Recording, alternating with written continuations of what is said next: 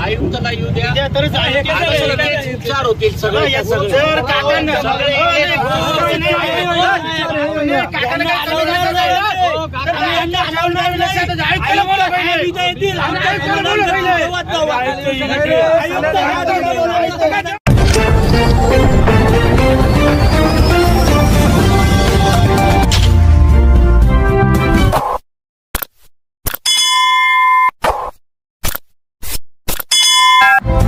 मैं हूँ रियाज शाह और आप देख रहे हैं स्टार न्यूज मालेगांव चैनल। आइए नजर डालते हैं कुछ खास खबरों। कुठल्या राजकीय पक्षांच्या माध्यमातून आंदोलन करीत नाही आहोत।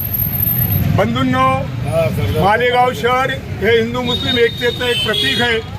कहे जाता है, सांगण्यात येतं की हे शहर मिनारा आणि मस्जिदचं शहर आहे, परंतु मिनारा मस्जिदचं शहर असून सुद्धा आणि एक जिल्हा लेवलचं गाव आहे, ज्याला कोटीने या ठिकाणी मला वाटतं निधी सरकार पुरवत असतं।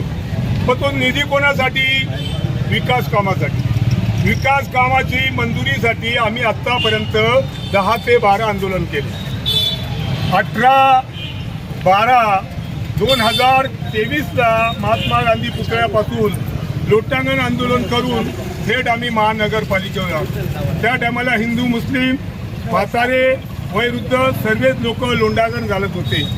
तर लोटांगण काय हे जरी मालेगावकरच्या जनतेला समजलं नाही, पण आम्ही लोटांगण म्हणजे कशासाठी?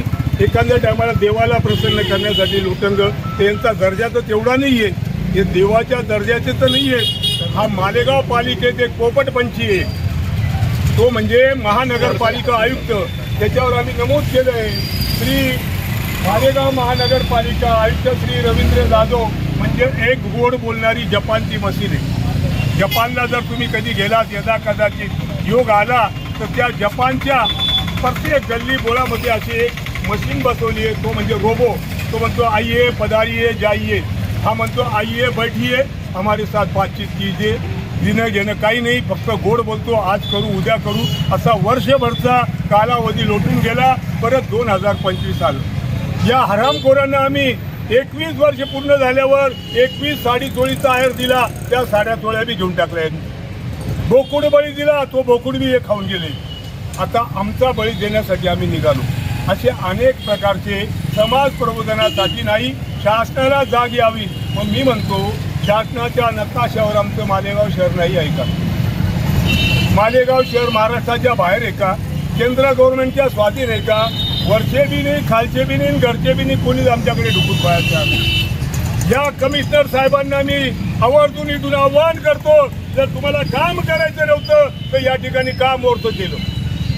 का मुहूर्त केलं? इथे मुहूर्त केल्यानंतर सांगण्यात आलं तर विकास कामाचा शुभारंभ दिवाळी झाल्यानंतर होईल। कोणती दिवाळी बाकी? आता रमजान ईद। दिवाळी जवळजवळ 4 महिने लोटून गेले, आता रमजान ईद येईल। 31 मार्चला या शहरात रमजान ईद आहे, तरी कायदा सुव्यवस्थेच्या दृष्टिकोनातून हा रोड जसाचा तसा आहे। ही लाईन याच्या खालून जाते ती इस्लामाबादकडे। इस्लामाबादमध्ये सर्वच प्रकारचे लोक राहतात, हिंदू बी राहतात, मुसलमान बी राहतात, पाणी सर्वच पितात। आता मेन मुद्द्यावरती येऊ, या गावाची सुरक्षा जी आहे ती फक्त पोलिसांनीच करायची। त्यांनी फक्त नोटा जमा करायचे। ह्या कमिशनरला फक्त टक्केवारी ज्या कामात असतं त्याच्यात इंटरेस्ट आहे। मी काही नगरसेवक नाही, मी काही मंत्री नाही, मी काही आमदार नाही। जे नगरसेवक टक्केवारी देतात त्यांचे कामं मार्गी लागतात, नगरसेवक तर नाहीच आहे। मग आजी असतील, माझी असतील, ते आपल्या परीने करून घे। अरे पण सर्वसामान्याचं काय? बंधूंनो, हा झाला या रोडाचा प्रश्न। ही पाईपलाईन लिकेज आहे, त्याच्यावरती करोडो रुपये दुरुस्तीसाठी खर्च केला यांनी, बरोबर? पण ह्या गावाचं आरोग्य कोणाच्या भरोश्यावर आहे? आज मालेगाव शहरात 467 रुग्ण संशयीय डेंग्यूचे, आणि मी तुम्हाला सांगतो 10 पॉझिटिव्ह। मला असं म्हणायचं, ज्याच्या घरात 15 ते 20 हजार रुपये महिन्याचा पगार मिळतो, तो डेंग्यूचा पेशंट वाचवू शकतो का? डेंग्यू पेशंट वाचवण्यासाठी कमीत कमी 50 ते 70 हजार रुपये लागतात। झोपडपट्टी एरियामध्ये जाऊन पहा, त्या माता बहिणी त्या हॉस्पिटलला जातात, तिथे सुद्धा औषध नाही, काही नाही। ते तर जाऊ द्या, पण मलेरिया डिपार्टमेंटमध्ये एवढी उदासीता आहे का खटबल मारायचं सुद्धा काय, पण कुठलंच मारायचं औषध नाही। म्हणून आम्ही आता मरायचं ठरवलं, आम्ही स्वतः मरणार आहे। आत्मदहन आत्मदानचे अनेक प्रकार असतात. आमचा प्रकार तुम्हाला तिथे दिसत. हे आरोग्य कोणाच्या भरोशावरती आहे? ही जनता कोणाच्यावर? ही जनता टॅक्सिबल आहे. कमी अधिक प्रमाणात टॅक्स देतो आम्ही सरकारला, पण सरकारचं लक्ष इकडे नसावं. मलेरिया डिपार्टमेंटला तुम्ही गेलं ना, अहो आम्हाला लाज वाटते. तृतीय पंथीयांचा मोर्चा काढावा लागला. जेव्हा इस्रायलने यांच्यासमोर टाळ्या वाजवल्या, कमिशनर हाय हाय म्हटलं, तेव्हा त्याला थोडीशी अशी जाग आली आणि मग तो फवारणी करायला लागला. आमच्या मालेगावला एक वरदान आहे. आम्ही काय करतो, मुलगा व्हायच्या अगोदर वाटून जे आहे सर्वात मोठी चूक आमची आहे. त्यांनी मुहूर्त काय करून घेतलं, आम्ही खुशाल झालो. दमडीचा जाळ्या खुशाल. आता दिवाळी झाल्यावर काम होणार. त्याच्यानंतर 4 वेळा गेलो, आज आलो तर उद्या आलो. म्हणजे पाईप आले. आता पाईप आहे का याच्या जापानहून येऊ राहिले आणि काय याच्या घरातून येऊ राहिलं का? हा जनतेचा पैसा आहे. की जनतेची लूट चालली आहे. अजून बी लोकांचे डोळे उघडत नसतील तर लोकांनी यांना हिशोब विचारावा. कोणता वार्डाचा नगरसेवक तुम्हाला निधी सांगतो आमका निधी आला मी ते करता? कोणी सांगत नाही. हा सर्व पैसा हे हडप करून जाता. इथे जो भ्रष्टाचार आहे, भ्रष्ट अधिकारी, नतमस्त अधिकारी या खुर्चीवर बसलेले, जोपर्यंत IAS अधिकारी येणार नाही तोपर्यंत या गावाचा विकास होणार. 24 वर्ष झाले तेही पार्किंग आली. मी 1 लाख रुपयाच्या कमिशनरला बक्षीस देईल, पार्किंग त्यांनी दाखवून द्या. सर्व बेकायदेशीर कामं चालू आहेत. कुठला नगरपालिका सन 58 कायदा होता तोही रद्द झाला. मी तुम्हाला सांगतो, नगरपालिका असताना आम्ही 150 ते 200 रुपये पाणीपट्टी भरायचो. बंधूंनो, 150 ते 200 रुपये पाणीपट्टी. आणि नंतर महानगरपालिका झाली. ही महानगरपालिका नाही आहे, ही वसुली पालिका आहे. ही फक्त वसुली करते. काय वसुली करते? 250 रुपयाचे 300, 300 ते 600, 600 ते 900 आणि नंतर झाले 1200 आणि 1200वरती परत 5 टक्के दरवर्षी वाढवतात. त्या 5% प्रस्ताव रद्द करावा त्याच्यासाठी आम्ही लोटांगण आंदोलन घातलं. त्यांनी खोटा नाटा प्रस्ताव पाठवला का खरा पाठवला तो मंत्रालयामध्ये पडू नये. यांचं काम नाही.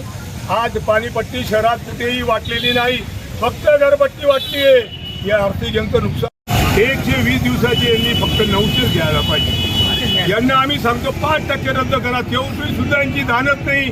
सरकारने दिलेला निधी हे वापरत नाही.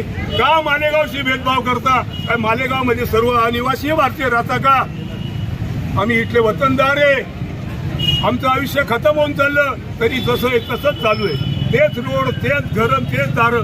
आम्ही फक्त म्हणतो हे मिनारो का शहर आहे और ये मंदिरों का शहर आहे. अरे काय उपयोग? भगवंत काय? अरे भगवंताच्या दारात तुम्हाला बी जायचं, आम्हाला बी जायचं, पण थोडी लाज ठेवा आणि थोडी तरी लज्जा ठेवा. शरम करा. मालेगावच्यासाठी विकासासाठी आलेला पैसा मालेगावलाच वापरला पाहिजे. 2 टक्केवारी देईल त्याचे कामं होतात. आता काय घरदारं विकून आम्ही टक्केवारी द्यायची? आम्ही ठेकेदार आहोत का? हे सर्व ठेकेदार होऊन गेले. कोणीही सोशल काम, कोणीही सामाजिक कामाचा विचार करत नाही. लीडर लोक फक्त इलेक्शन आल्यावर ही योजना आली, ती योजना आली आणि वोटर बी कस्टमर होऊन गेला. हो, त्यांचा तरी काय दोष आहे? आम्हाला पैसे मिळाल्याशिवाय आम्ही घराच्या बाहेर पडत नाही. हे बी थांबलं पाहिजे. त्याच्यासाठी आमची सामाजिक चळवळ. इस वीडियो को लाइक करें, हमारे चैनल को सब्सक्राइब कर बेल आइकन जरूर प्रेस करें. हम